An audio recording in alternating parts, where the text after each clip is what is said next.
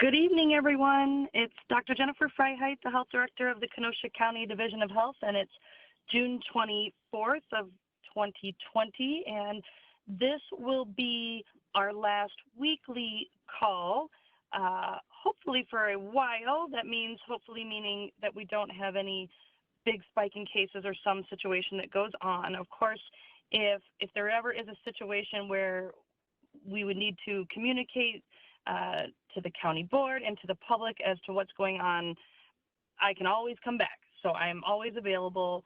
Communication is one of our key missions. So want to make sure that we're communicating. But we're taking a little bit of time to re-strategize and rethink about how we're moving forward with this pandemic, given that the climate and the culture of the pandemic has changed, and how we will be able to refocus for the rest of the summer and into the fall with schools and all of that, and planning for a second or a third wave should that happen in the fall or in the winter time.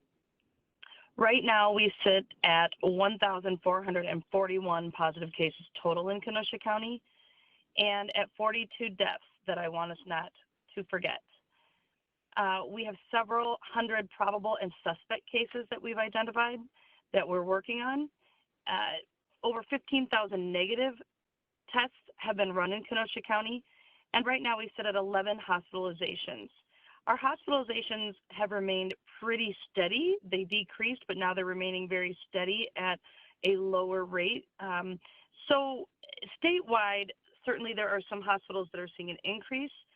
Our total hospital bed utilization for the entire state of Wisconsin is at 78%. And this is always a number we want to watch to make sure our hospitals in general are becoming overwhelmed. We really were very lucky, or dodged a bullet, or however you want to categorize it, that our hospitals in Kenosha County never hit any point where they were at an overwhelmed or low bed capacity, and they were completely able to manage the outbreak to date. So we want to make sure that we continue down that path. We are also seeing in other parts of the state that the 18 to 30 age group is dramatically increasing, especially in places like La Crosse.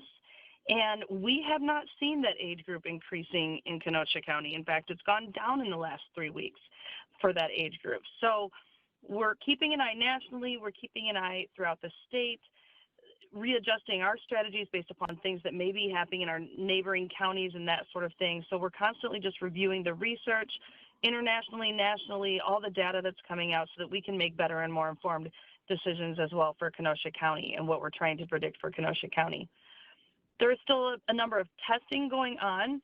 Just this week at the Kenosha City Municipal Building, there were 611 cars through a National Guard open testing site yesterday, and 552, I shouldn't say cars, collection kits were collected today. And our community health center, the Kenosha Community Health Center at the Gateway campus, has over 26 days of testing, tested 1,650 people, averaging about 63 a day. And the question does come to me that the feds are cutting funding for testing, or that message has been coming through in the media. And we are certainly not getting that message that the feds are cutting funding. But what we are seeing is that there's a drop in testing has occurred throughout the state that's a bit worrisome for a variety of reasons. We're hearing people don't want to get tested. They don't want to know if they're positive. The education fatigue, the people are accepting a higher risk. So certainly testing numbers have gone down, but it still remains a key tool in the public health toolkit to fight this virus. And so testing will remain at our hospitals with their drive-through tests for the long haul. With the community health center, we may need to adjust our strategy or even location there, and we will publicize that widely for you.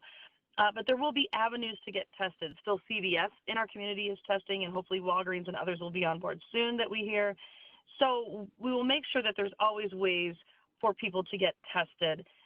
It is something we need, especially to keep tracking where the virus is going, how in depth it's occurring in Kenosha County, and to be able to look at those numbers. We are seeing a number of positives that are resulting from group gatherings, such as birthday parties, sleepovers, barbecues, baby showers. We're definitely seeing positives coming out of these sorts of gatherings. So even though they're smaller gatherings, everything has to do with how much time we're spending with people outside of our family, how there could be potential positive people in that group who are completely asymptomatic, and how things are spreading between groups. So it's just something to be mindful of. We will continue to have monthly National Guard testing for as long as the National Guard is here. We are hearing that there may be a federal cutoff to the use of the National Guard for testing, either at the end of August, or I've also heard October. So sometime in the fall, there may not be these open community testing sites with the National Guard, and that's where we're working on our long-term testing strategy to make sure that testing is always sufficient for our community, and there's certainly some good things in place there. But as long as the National Guard is available, we will continue to have at least one community testing site per month that is open for everyone. I did want to just tell you a couple of brief little stories. I know I promised you at the beginning of the month, with this being the end, that I would try to give a little more of the human aspect of this virus, and some of the stories. Of course, we have thousands of them, and most of them are tied to protected health information. But one thing I did want to say that was really unique to Kenosha County is that we have distributed over 1,129 thermometers to people that are positive or contacts to a positive who did not have a thermometer at their house. And that has been a really unique thing, that we have literally done a porch drop or a door drop, mailbox drop to these households all over the county. And it has been a special service that we committed to at the beginning in order to help people monitor themselves for their signs and symptoms, monitor themselves for their level of fever. Two quick stories I wanted to share happened from the end of last week or the beginning of this week. We have a special staff person who drives around to basically deliver cloth masks and thermometers to our cases that have a need. And this is one of her stories. She dropped off a thermometer and some masks, and as she was walking back to the car, the wife came out and said, "You have no idea how much this eases our minds. I know that not everyone has a fever, but my husband has many medical problems, and he is very happy that the health department was bringing a thermometer." She said it will help ease his mind so that he can see if a fever does present. And she continued that everyone has been unbelievably helpful when answering both her questions and her husband's questions, and she was so thankful. She called back to her husband and asked him to wave at the lady from the health department. So that was a cute little story from one of our household drops. Another was that when many times we have difficulty getting a hold of someone, we try through phone, we try through email. Sometimes people just don't want to call us back. Sometimes for whatever reason they don't. Our next step to try to reach out to somebody who's positive to get a hold of them is we will hand deliver a letter. So we will drop that letter off in their mailbox, and it basically is a please call me letter. You know, please call the health department. So this was just another story from that, is that there was a gentleman out on the far reach of our county, and she was delivering a please call me letter. She had gotten the request late at night and then arrived at his home at 7:35 a.m. the next day to deliver that letter. He was actually in his driveway packing up his truck for work. And she said, "Hello, my name is XYZ, and I work at the health department. I'm just going to put this letter in your mailbox. There's a phone number for a nurse that is trying to get a hold of you." And he said, "Oh, yeah, I got a few messages that this might be what it's about." And he kind of chuckled. And she just simply said, "It would be great if you could call the nurse back." And so that the nurse has some important information for him. And he said, "Oh, I suppose I shouldn't be working today then, huh?" And as she drove away, he was reading the letter, had his phone out, and waved as she drove by. And he was very nice, and she did hear from the nurse later that morning that he did indeed call. So sometimes just the simple outreach of trying to take the soft approach and really just reaching out to people to let them know, yes, you are positive, you shouldn't go to work today, you should isolate, giving them all the information. It takes that extra step, and your Kenosha County Division of Health has taken so many of these little extra steps. These are just two little tiny stories that I wanted to share some more of the human aspect of that there. One of the things that you may see on our Kenosha County Hub website is that we formerly had the Badger Bounce Back gating criteria. It was 6 metrics that were listed, and we were utilizing that since, I think, mid-April as a way of determining when we would hit phase 1, phase 2, phase 3 for opening. This was back before the Safer at Home had been lifted.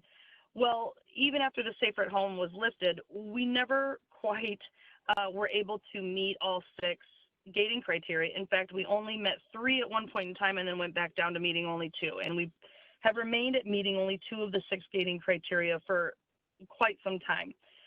So we quickly saw that the data we were able to gather and that those metrics were not going to allow Kenosha County to ever technically hit phase 1, let alone phase 2 or phase 3. I mean, we hit phase 1 just by virtue of the Safer at Home being lifted, but we really weren't, as far as metrics, hitting that point where it would be safer to move about the community more. So you will notice that we have removed those gating criteria because as our current positives are going, we don't think we will hit those 6 until a vaccine becomes available. And the reason I say that is because we are just going to continue bubbling along with anywhere from 5 to 20 positives a day. And we will handle those positives and we will still investigate and contact trace them. But what we thought would be this perfect projection modeling or this curve, and we would come down off this curve, is that we are really just going to remain in this stabilized static mode of a continuous amount of positives that present every single day. So what we have put in the place of that gating criteria on the County Hub website are some of our data and charts that we will keep updated twice a week on Tuesdays and Fridays. And you can always go out there and sort of see where things are with percent of hospitalizations and positives. And there's a variety of charts that you will see out there that have an explanation with them so that can help with the public's understanding and interpretation of those. And as we get better metrics, we will put them up on that County Hub website for you. The state has also come up with a new metric as well. They have abandoned just yesterday the 6 gating criteria as well. They have one new metric up on their state website that shows by county. It does show that Kenosha County is still a high burden county, and it's a little bit more detailed than maybe those Badger bounce back gating criteria, but it as well, I think because of our urban area, will not allow us to ever hit that sort of moderate phase or low phase. You know, it's that urban areas will perpetually be in this high level of phase. So we really do want to be able to give you the best data and information we can. We are working with several epidemiologists and partners to help craft that data and relook at it in new ways so that we can give you the best information possible. So please do continue to check the County Hub website, COVID website, and we will continuously be updating as we get new information for you as well there too. I also wanted to tell you we're trying desperately to bring some of our services back, and we have plans for reopening our clinic and getting back to some normal business for the health department, because there's certainly still service needs and things that we need to get back to. One of the things is that in an effort to promote social distancing during the pandemic, the health department will offer back to school immunizations by appointment only, at least for the interim this summer. So a parent or guardian must accompany minors, and to make an appointment, you can call the health department at 262-605-6719. And these vaccines will be administered in a safe way at the Job Center, which is at 8600 Sheridan Road. So we will begin to start collecting for appointments now.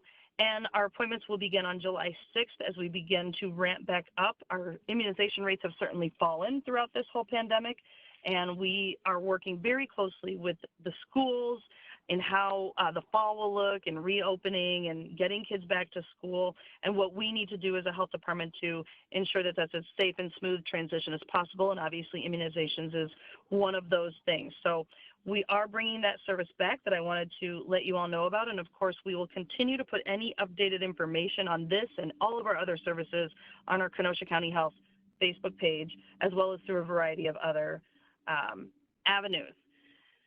So I did just want to tell you one other story, and there are just so many stories, but this one was something that happened very early on in COVID that struck all of our hearts in the health department and became sort of our goalpost for how we were going to take care of our community and how we were going to help. So without any identifying protected health information, I did talk to this family and asked if I could share their story, and they have given permission for that. It's a very heartwarming story. It's about a family that was from a county up north of us, actually. It was a mom and a dad and a toddler. They had just been evicted 2 days before Governor Evers' ban on evictions from that county up north of us. And I do just want to have a sidebar. Evictions are up 42% in the first 2 weeks of June. So it is definitely still a concern. They began driving south with all of their belongings in their car, and the dad was very sick. So sick that they had to pull over in Kenosha.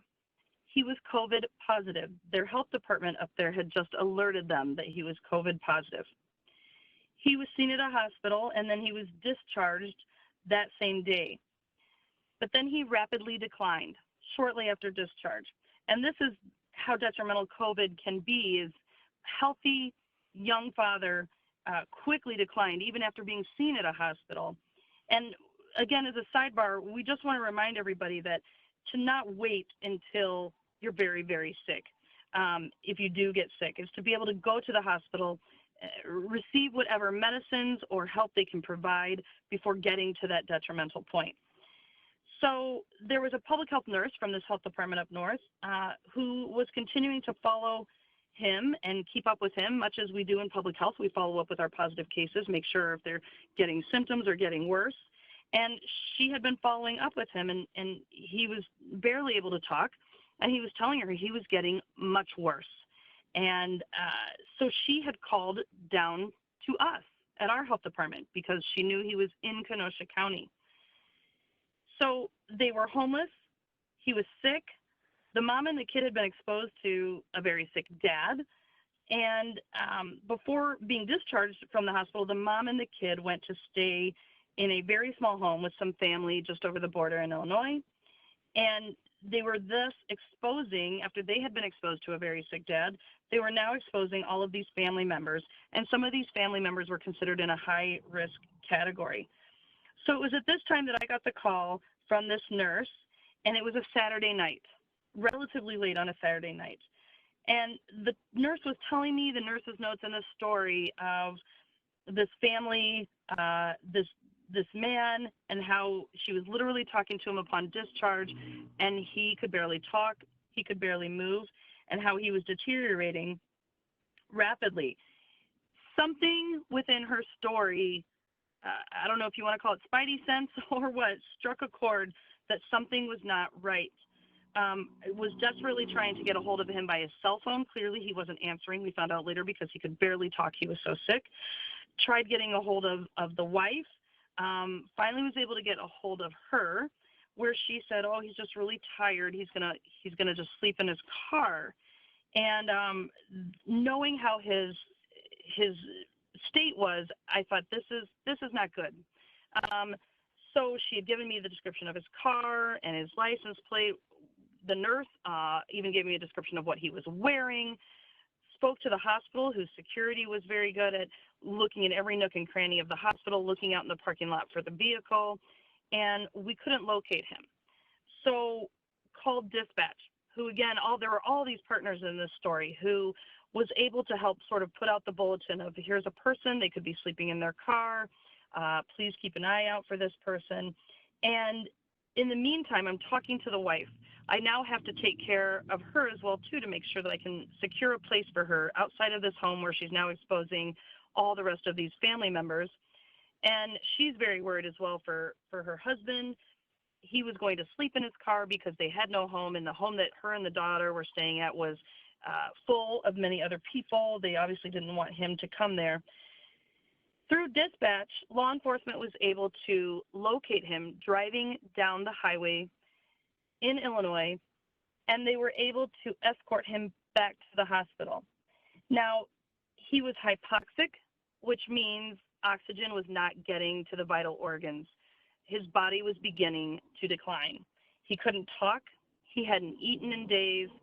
They safely got him back to the hospital, where he was admitted immediately and had to be intubated immediately, thus saving his life. So the wife was very grateful. We had taken care of him, got him to a safe space. It was touch and go for 5 days of prayers and fingers crossed. took care of the wife and the daughter, got them to an isolation facility. They had no food. We were able, through the Division of Aging and Disability Services, able to get them food, and later on through Journey Church's disaster response team to give them a constant supply of food. Toys for the toddler, Play-Doh, coloring books. It was very cute. We got, they were now quarantined in this isolation facility. They could not leave. They were sending us very cute pictures of the child playing with Play-Doh.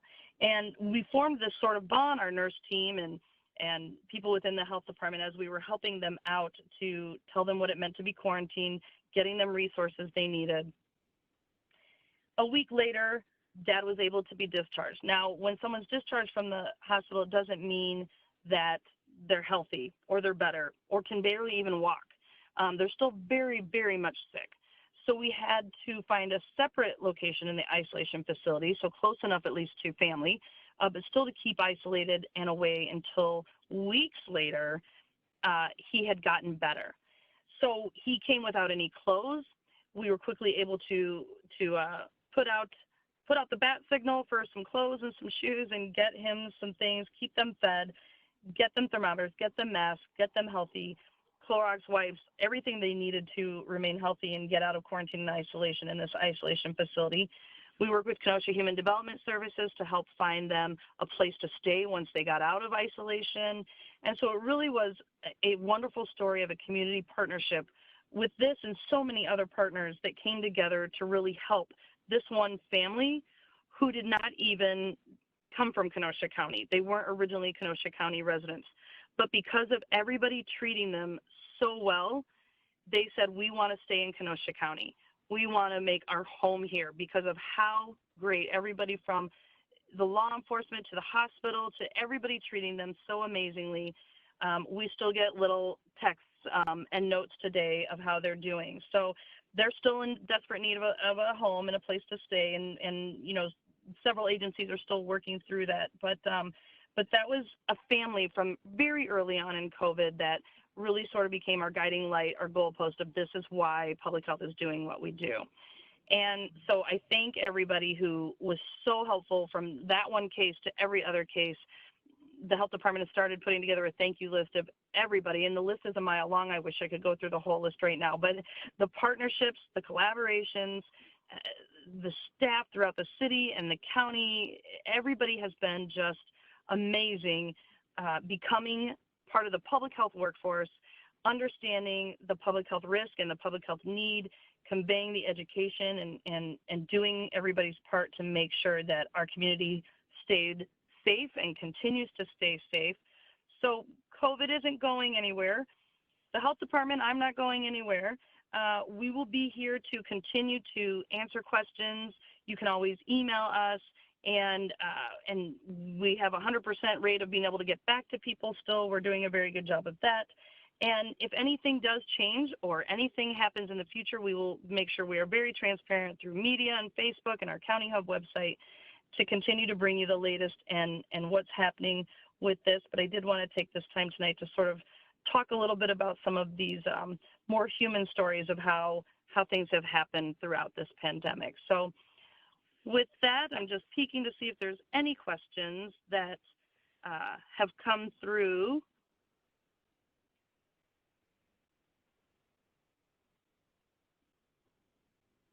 And it looks like nothing else has come through. So with that, I thank you all so much. We will be around, as I said, in the future. So this is not the end, it is just goodbye for now. And signing off, please stay safe, please wear a mask, wash your hands, cough into your elbow, stay socially distanced as much as possible, and stay safe out there for the community. Thank you much.